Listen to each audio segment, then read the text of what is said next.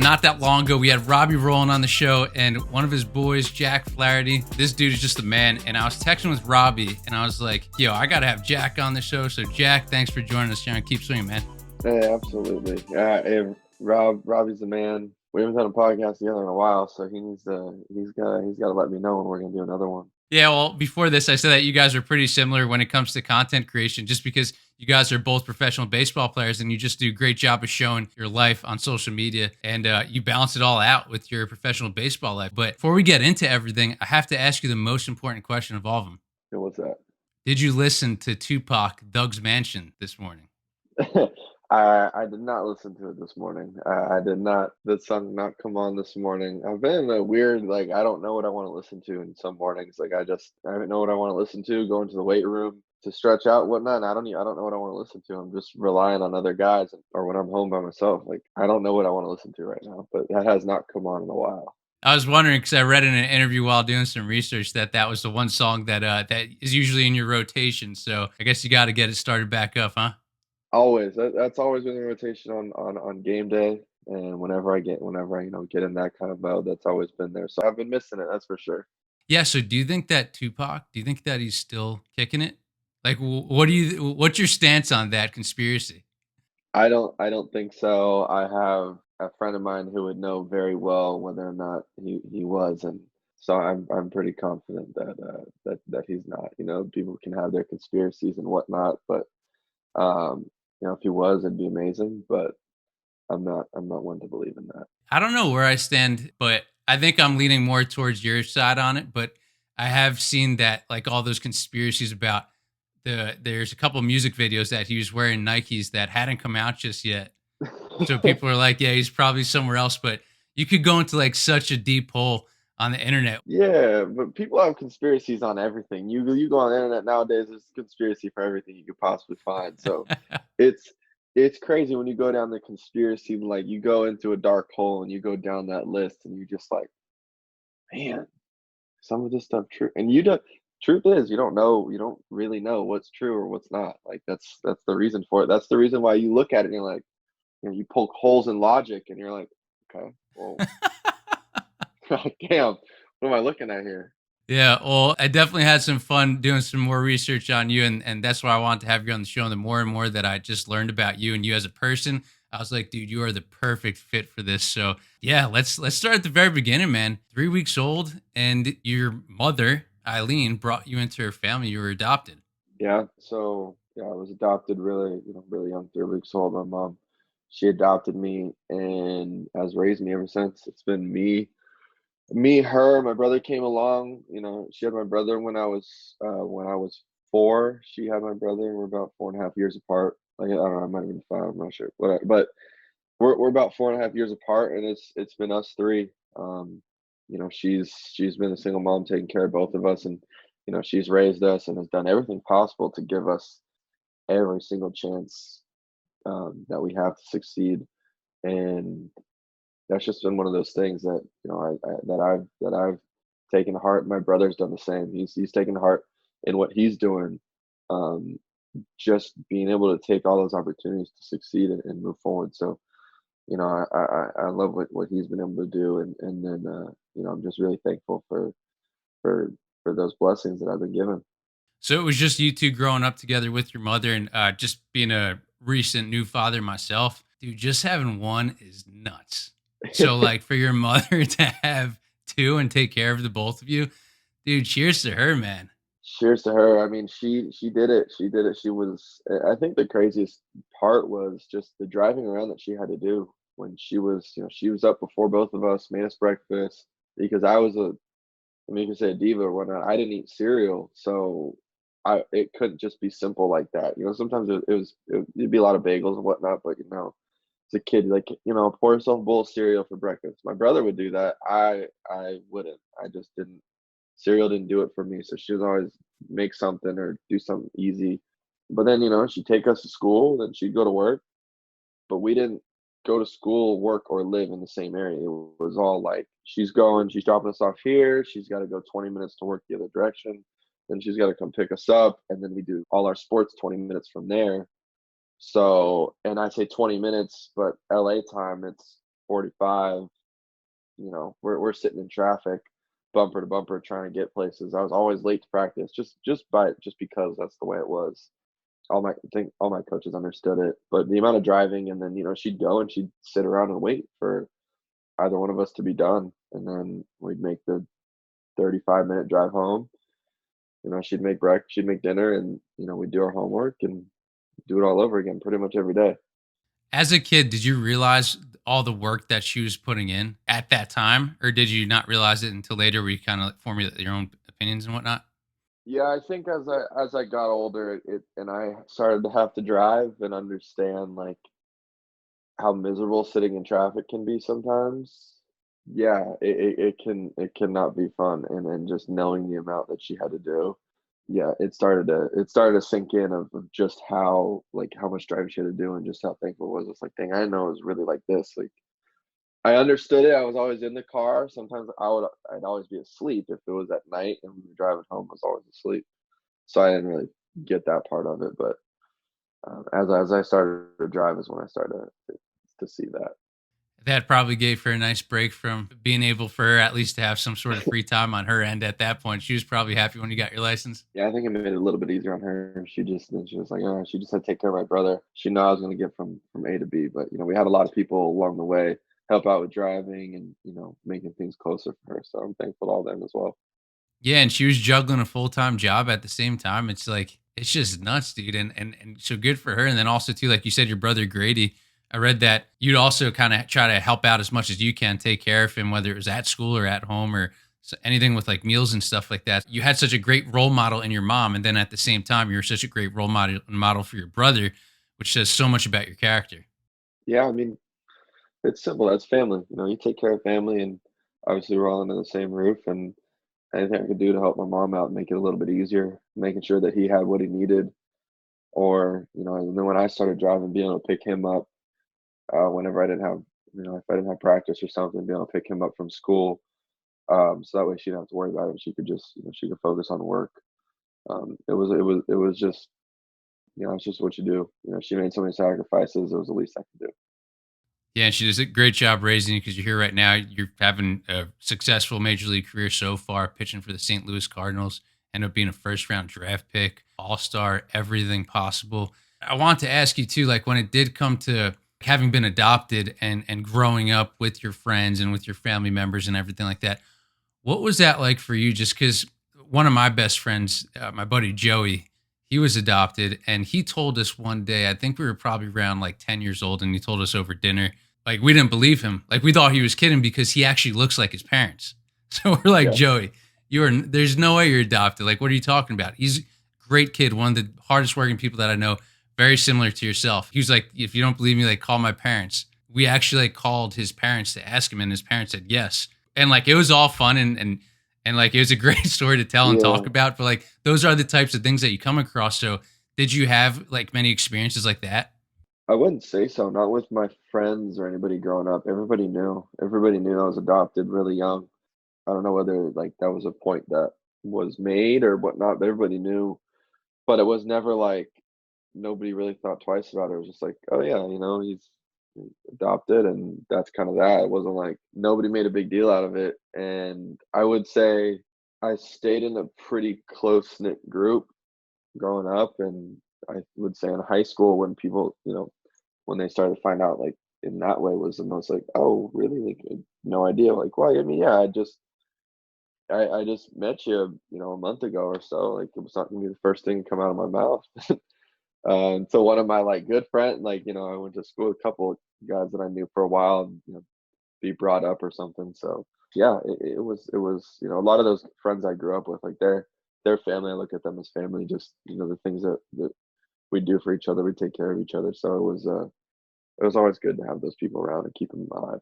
Well, if it means anything, even though I didn't believe my buddy Joey at first, I also too kind of felt the same way as you. Like, oh, okay, cool. Like you're adopted. Like, there's nothing Yeah, it's wild just yeah, about that. You know what I mean? Like you're exactly. still a normal, regular dude. Yeah, exactly. It's just yeah, it just is what it is. I mean, it just like it's not it is what it is, but it's just like, okay, great. Like, that's my family. Like my mom, my brother, like that's my family. That's all I've known. That's all I'll ever know. Yeah, yeah.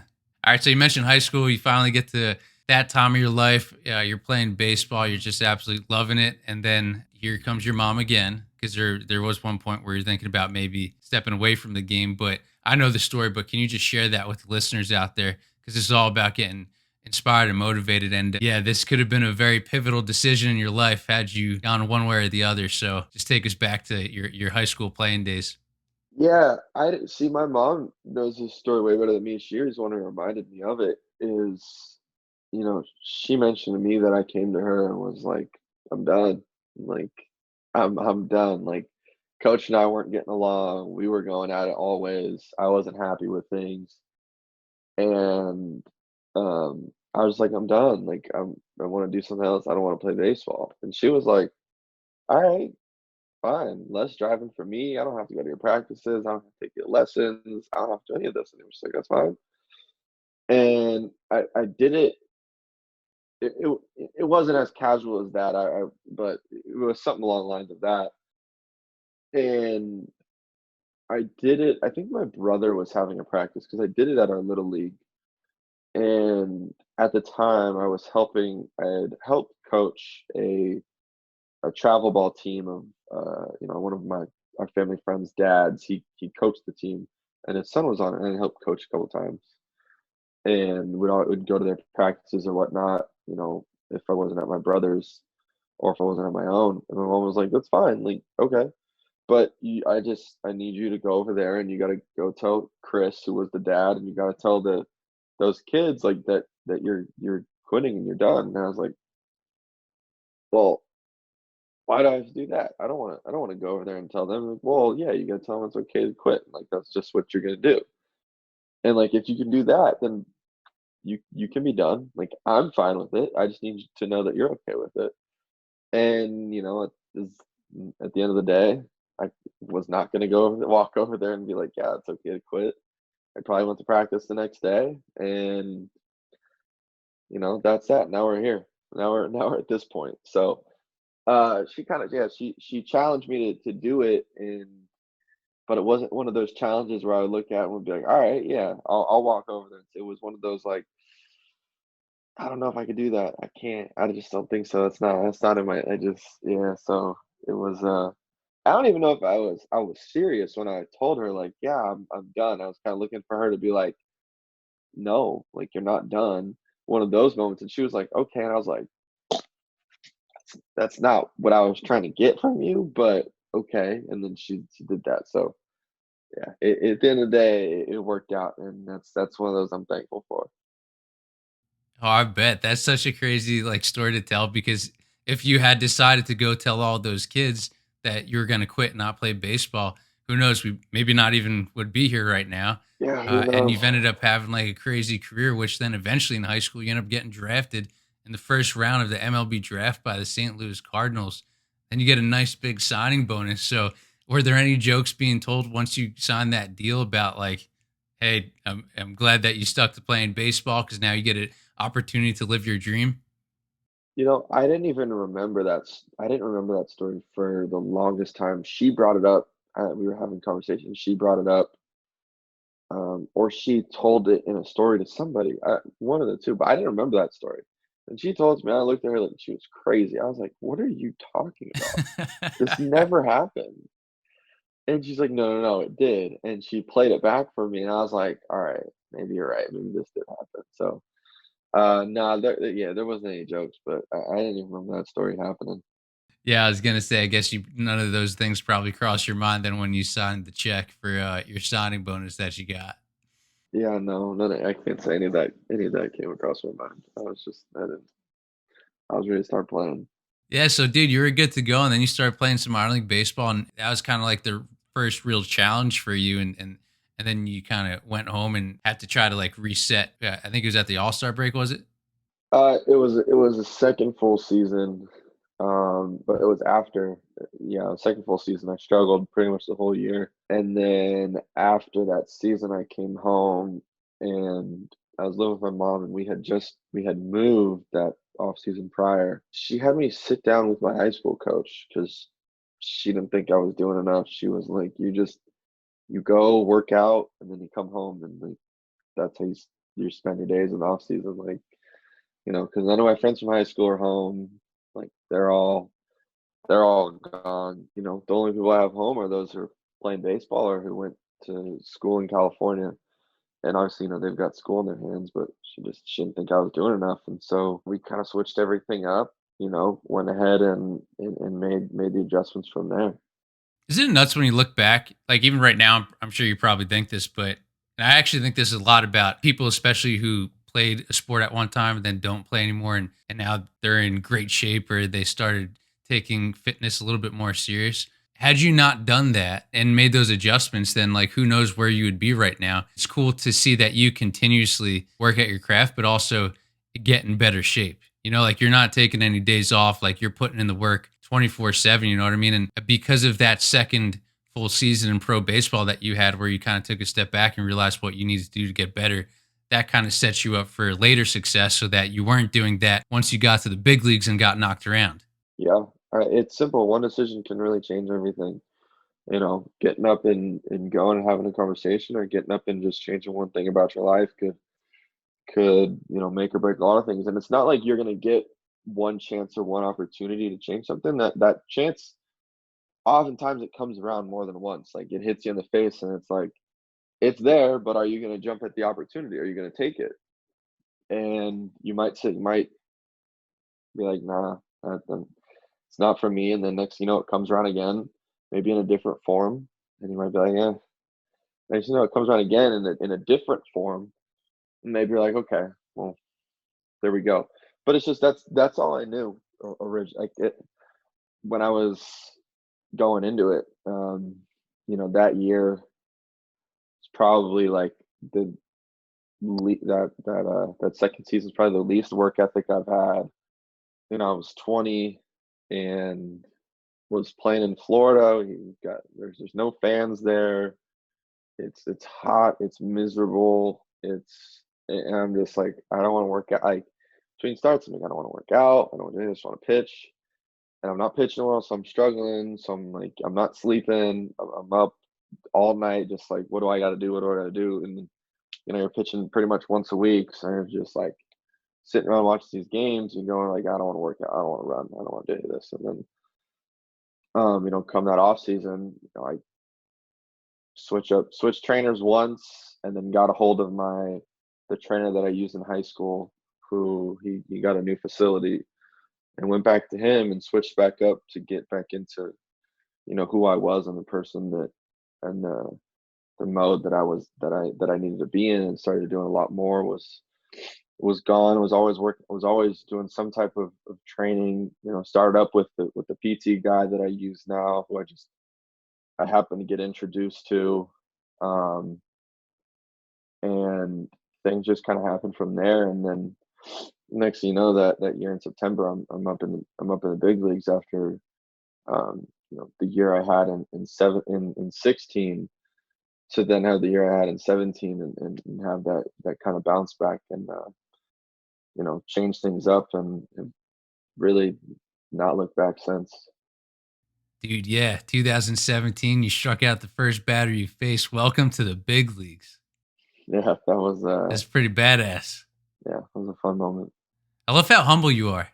I mean, that I've always been that way. That's the way my mom raised me. That's how she expects us to be.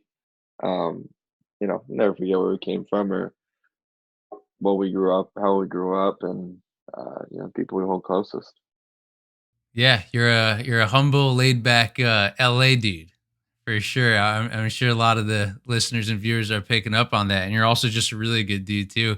I know I mentioned this before, but the role that you have right now in professional baseball and the amount of television appearances that you've done, whether it's a podcast or just like working with the media or stuff, you've been doing so much for the game to try to build it up, and even on your own page too, on Instagram and whatnot.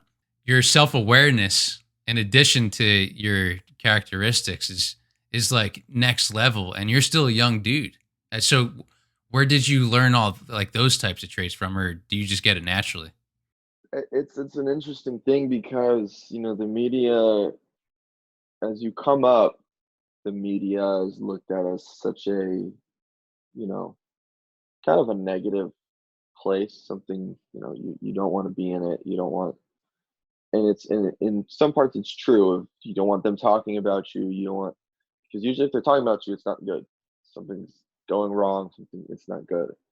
And then social media was also like, it's just a place where you can do something stupid, or get in trouble, do this or that. And then I would say that I've never been a very open person. I'm very, and people in my, who are close to me will be like, will say, yeah, that's the truth. Like, never been a very open person of sharing things about my life, or letting people in, and letting the outside world in.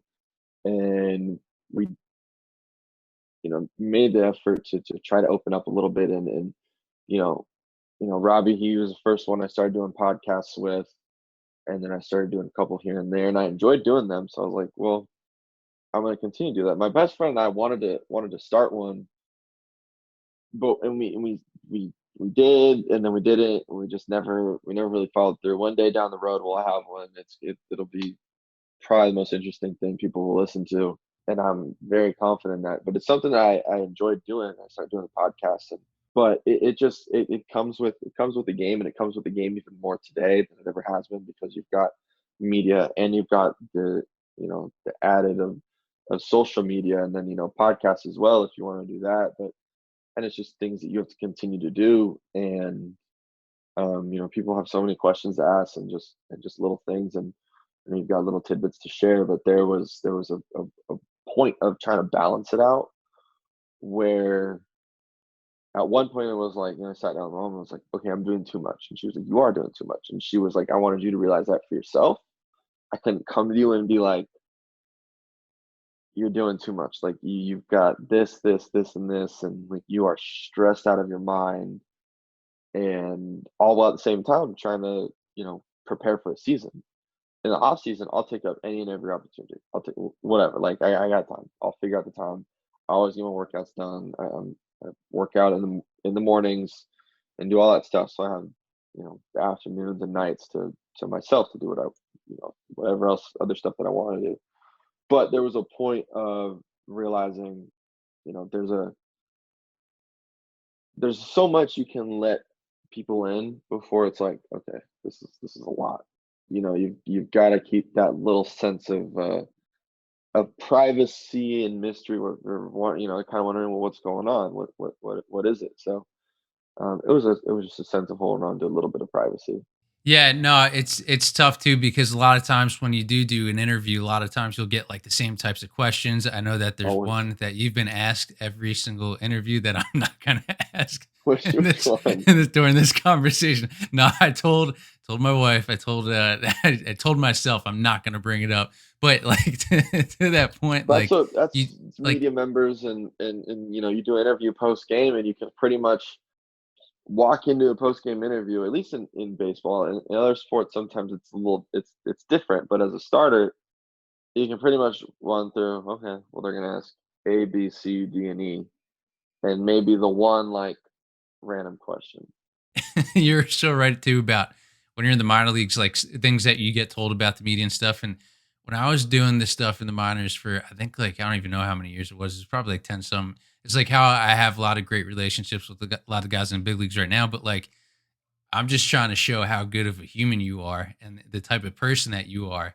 Because like you said, you get asked the same questions, and not that you turn into a robot, but it's like hard not to because you're getting asked literally the same questions every single time. And when I was, damn, I don't know how old I was, but my best friend's dad, he used to be the president of the National League. His name was Glenn Coleman.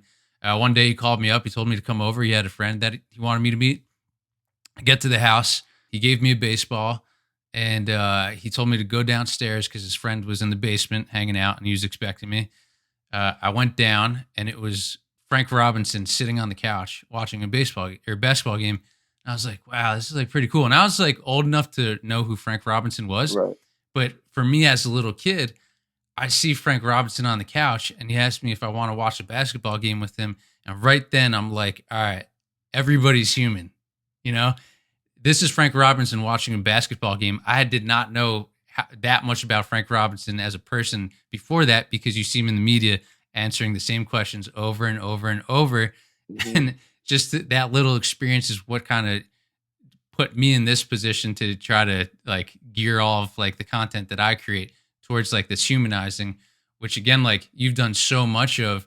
So like, dude, I honestly, I admire you doing that so much because I've seen so many different types of videos, whether it is like the post game press conferences or like roundtables with the A-Rod. I remember we DM'd back and forth in Mhm. 2018 when you did that with MLB Yeah. and you shared your thoughts on content creation there. At that Yeah. moment, I was like, all right, this dude's got the same vision. It's just an interesting thing because you get into those media questions and it's you do become robotic because you've got your answers laid out. You're like, I don't want this to get spun in the wrong way. Like, I'm doing this interview live, but they're going to take bits and pieces of what I say.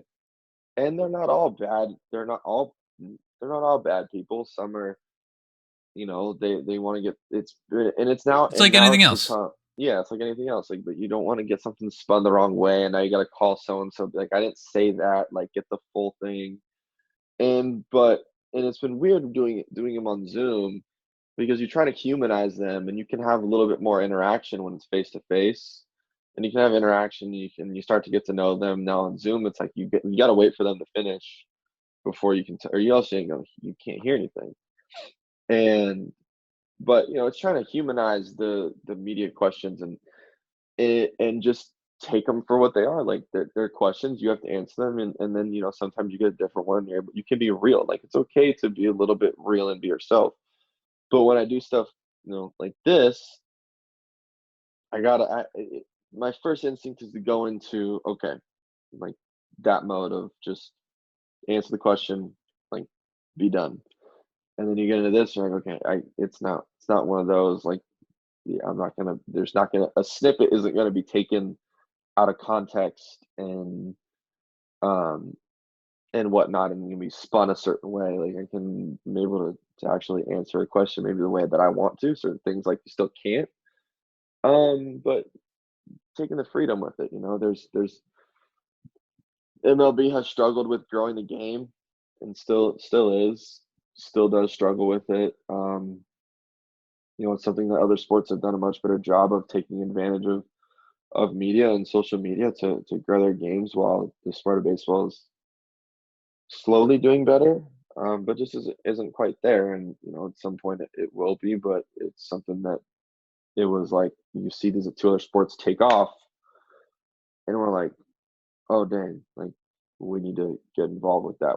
Whereas baseball was like, you know, early 2000s, and like even prior to that, when you've got Jeter, Griffey, A Rod, Nomar, Pedro, all those guys, you could continue to run off of those lists. And then, Ichiro too, and you're like, well, baseball is right up here. Basketball it was coming off the Jordan era, and you had Shaq and Kobe start up, but so it was right there, Shaq, Kobe, you bring AI, T Mac, all those guys, it was like that. And football is definitely not what it is now. But baseball was like it was there, and it's slowly kind of has taken a back seat to the other sports, and has been trying to figure out ways to continue to, what they say, as they say, grow the game. Now you bring up so many good points, and like just by you doing all these appearances, like you open up so many doors for yourself. I know you mentioned basketball. You got a chance to be on JJ Redick's podcast. That was one of your Well, favorite yeah, see, players growing up. Like, yeah, dude, like that doesn't happen if you're not no, so open minded. yeah, but it's stuff like that is people in other sports taking interest in that because you have the baseball world is like this where they'll have every single baseball guest that they possibly can have on, and it's like baseball this, baseball that. But when you're able to take that world and expand outside of it. So when JJ Redick wants to do baseball, you're like, now you've got that basketball world being like, why is JJ Redick talking, with so and so, whoever, whatever, why is JJ Redick? And then it's like, okay, so when people in the media want to expand, and that's part of where it's going to come from when they want to expand outside of just talking basketball and football and then talk to baseball. That's an easy, quick way to be like, oh, there's like a bunch of more people that are now like, oh, well, what's going on in baseball just because of that. So it can't always just be, you can't just stick in the baseball world. Dude, yes. Expand always, always. Like that's one of my favorite things. You know what I mean? Like you don't want to be so niche, and you doing all these again, like all these appearances and stuff like that. And then, in addition to that, you have like your Instagram page, which you show a lot of stuff. Part of me just want to have you on to watch The Dark Knight for the 101st time. I don't even want to do this. I just was like, yo, let's just watch the movie. But like, Hey, yeah, that's your movie, huh? I pretty much, you know, I it's funny because I don't even I watch it, but there's like a 30-minute window in it where the Joker's not involved, and I kind of just I'm like I check out for a little bit of it. But it's yeah, I watch it at least. It's not a joke. I probably watch it at least once a month. Kind of routine. So Doug's Mansion on most days, Dark Knight Mhm. once a month. Mhm. Your one post with it was your opening day post that you had, and it was I think it was the Joker was like interlaced with it. That was pretty badass, dude. I got the chills probably about like 5 times while watching it. Was that your idea? Yeah. Is this the one from a couple years ago, or from this year? I think it might have been 2 years ago on opening day. Yeah, there was 2 years. Yeah, for the home opener 19. You Yeah, have used I the Joker though multiple times. yes, Multiple I have. I times. used it again. We used it again this year. So one of my good buddies, and I actually use free promo for him. He's one of my good friends. Went to high school with. He's really talented. Um, does some just comes out, takes pictures sometimes in the off season. He acts. He's in the if you get a chance to watch it, the new Netflix the 3-part movie series, the Fear Street. He's in that. But I went to him and was like, "Look, dude, I need you to make a video." He's like, "Can you?" I was like, "Can you do this?" And he's like, "Yeah, I can do it." I was like, "Well, run with it. Just do something." I was like, and I sent him here's like ideas, like here's this, here's that, here's this, and he ran with it. Was like, "What do you got on me incorporating?" Like, I was like, "Nah, please do it." And he ran with it, did it himself, and it came out amazing. We did little tweaks here and there. He's like, "Do you like how this comes in?" He's like, "Dude, this you're getting really technical on me right now." I was like, "It's awesome." And he's like, "All right, let me." So he's done all those videos. He's super busy now, um, but he's been doing it. He just does it because he loves to do it, and they come out every single one of them. They come out great. My mom bugs him every time because she's like, "When am I gonna get a new one?" I was like, "She loves them. She loves them." So she's like, "When am I gonna get another one? I need a new one. I need another one. I need one. I need at least one a year that she gets to look at." So yeah, he's just talented at what he does. Yeah, yeah, he did a great job. And I swear at one point that we were gonna be seeing you with the paint going on your face or maybe going down the stairs. I was like, when's it gonna happen? When's it gonna happen? I know. Yeah, we didn't get that. We didn't get that. We didn't quite get that far. Dude, that could be pretty cool to recreate. I think some people in my corner might be a little bit scared, but I think it'd be, it'd be fun. It'd be one of those things that I'd be interested to do. Yeah, you'd probably get notifications forever. I did a recreation scene of Little Big League when I got to Minnesota. I was in the dugout. I was like, yo, this is out of everything. When you get to Minnesota, I'm like, this is the first thing I want to do. Yeah, So I'm in the dugout and did the recreation scene, but the constant notifications that you get from that, not just from like that day, but like later on. So I bet you'd yeah, probably get a solid amount of engagement on that if you did. yeah. It comes up every so often. It's one of those videos that I go back and watch. It's those are always good. Any ones that he makes are yeah, those are fun to watch. At what point did your love for Inky Johnson come into play? Because you do post a lot about Inky Johnson, a lot of motivation. I was actually going to ask you if you really started getting into the mental game and the like inspiring and motivating side of things back when it was that second full season of pro ball that you're in. Because it seemed like that could have been a time where all that kind of kicked into gear. But like, when did all that start?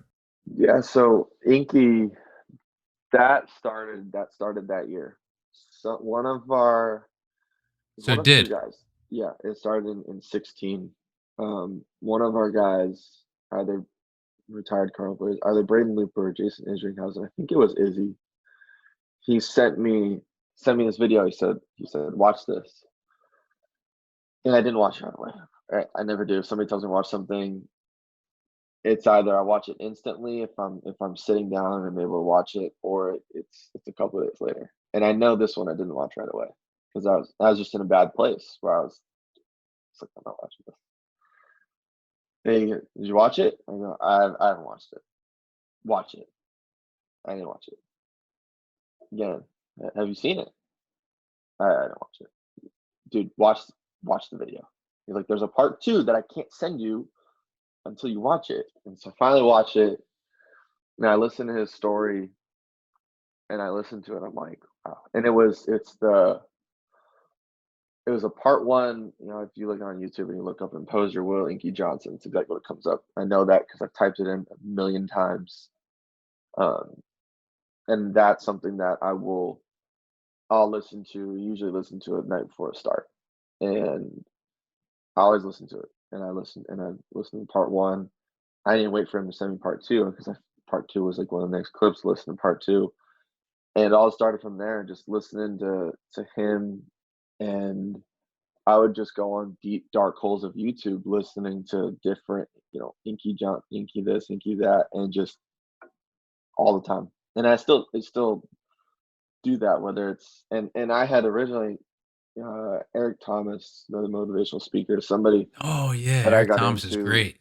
I got into him before Inky, and then Izzy sent me that. I think it was either Izzy or Loop. I don't. I, I'm sorry, Loop, if it was you. I forget if it was him or Izzy, but I think it was Izzy.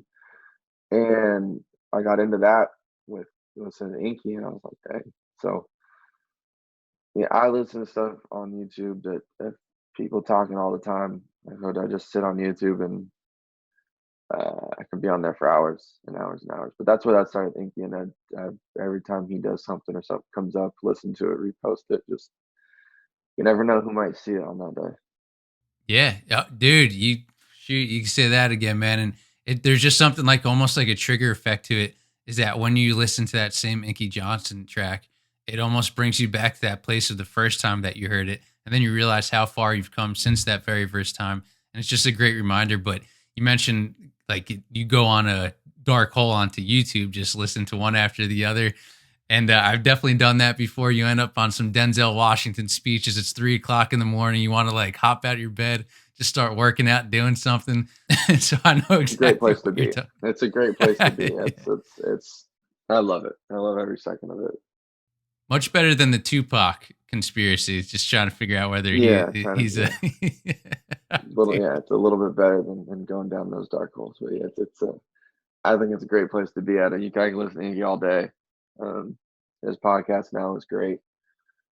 Um, yeah, he's been fun to listen to. Another one of your role models.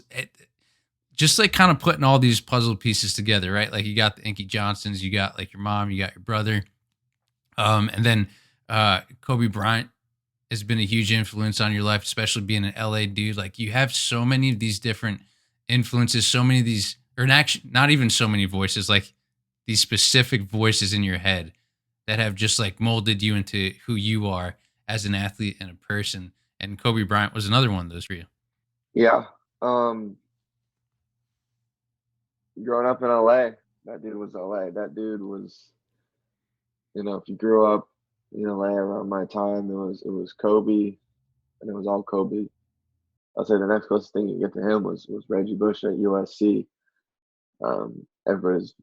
If you weren't a fan of Reggie at USC, then yeah. But those were two different things. Kobe was that guy, and it was always just an appreciation for love of the game, and the way that he went about it, and the way that he played the game, and just how good he was, and that. And then as I got older, the appreciation of how he went about it, the discipline and the determination and the focus, the tenacity, everything that he was about, and starting to understand that, and starting to understand, his mentality, and understanding, where he comes from, why he does things a certain way, why the way his mind kind of works. Just studying it, unfortunately, I was never able to sit down and have a conversation with him. Um, but yeah, it's somebody who's able to have such an effect on so many people without ever even sitting down and talking to them. I can imagine that, the people who were able to sit down and talk with him, the impact that he had on them. So yeah, that's a easy one. It's an easy one for me. I've always gone towards his mentality and the way that he goes about things. And also too on the mentality standpoint, and you talk about like staying sharp, yoga.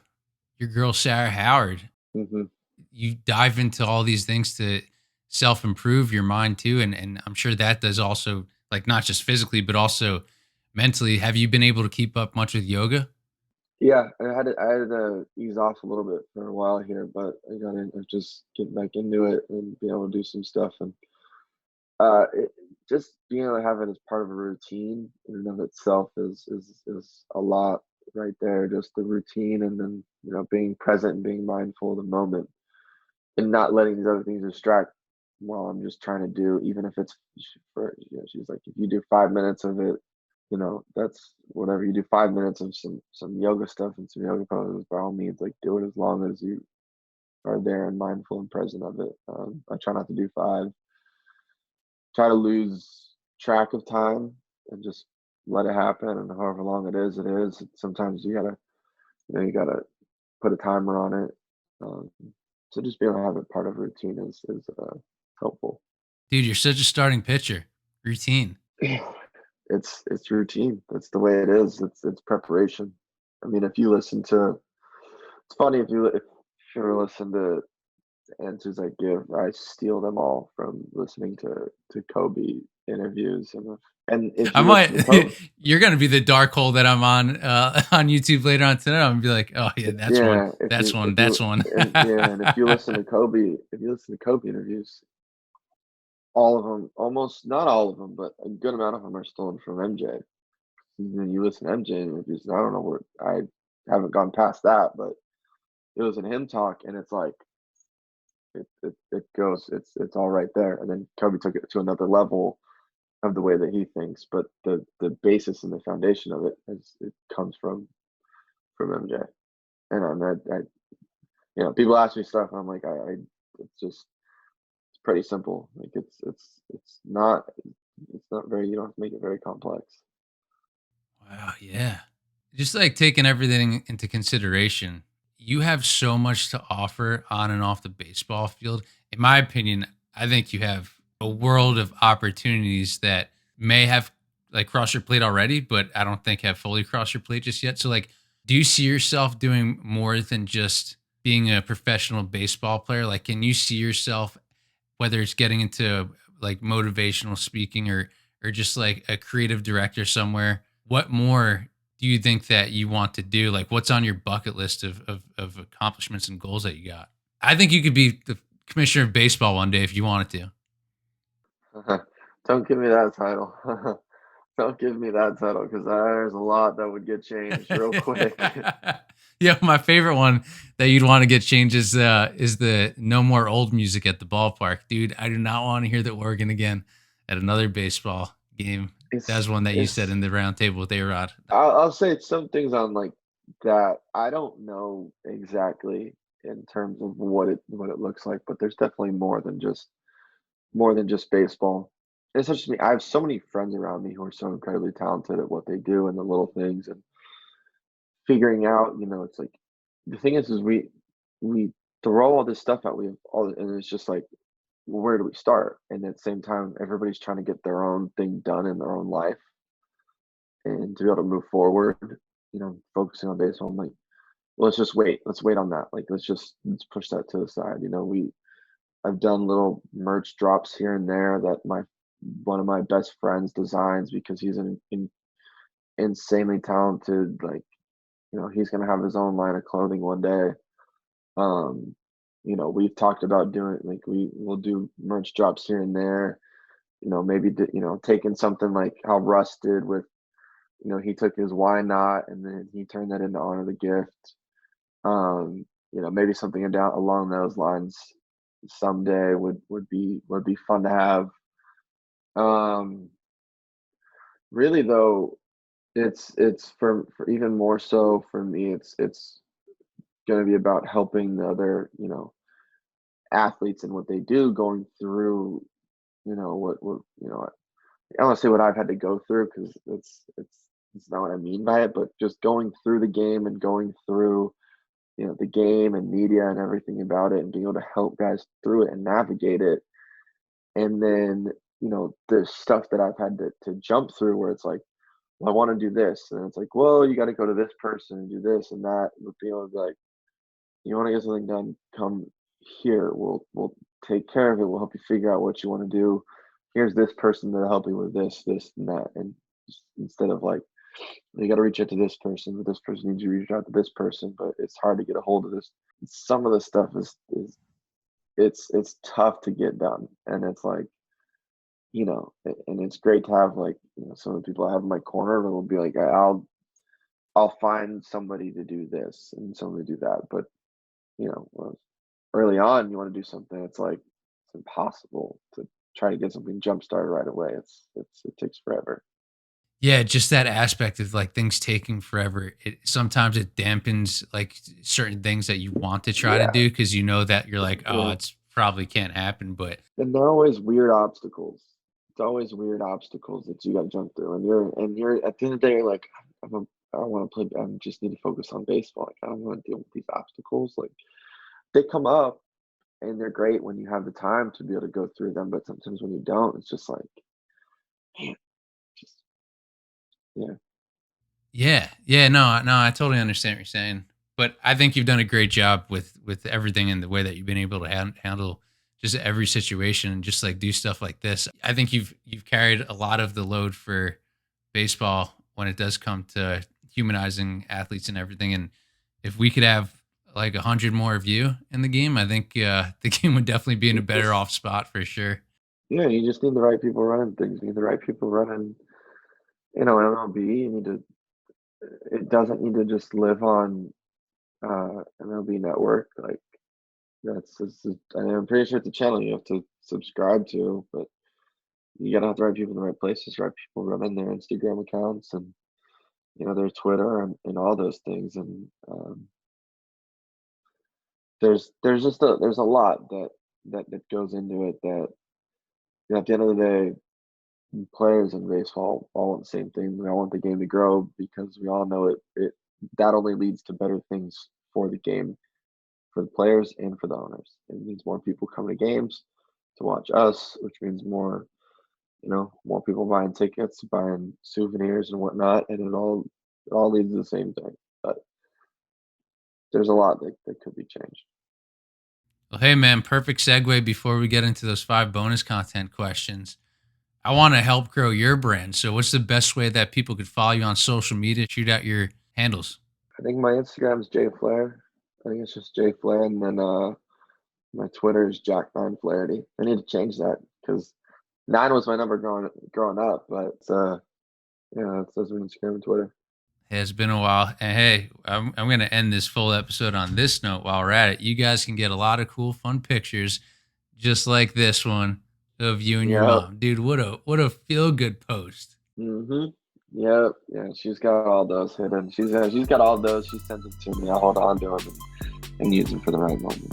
Those are the best ones. Dude, you're the man. Thanks so much for hopping on. Keep swinging, brother. Yes, sir. Thank you.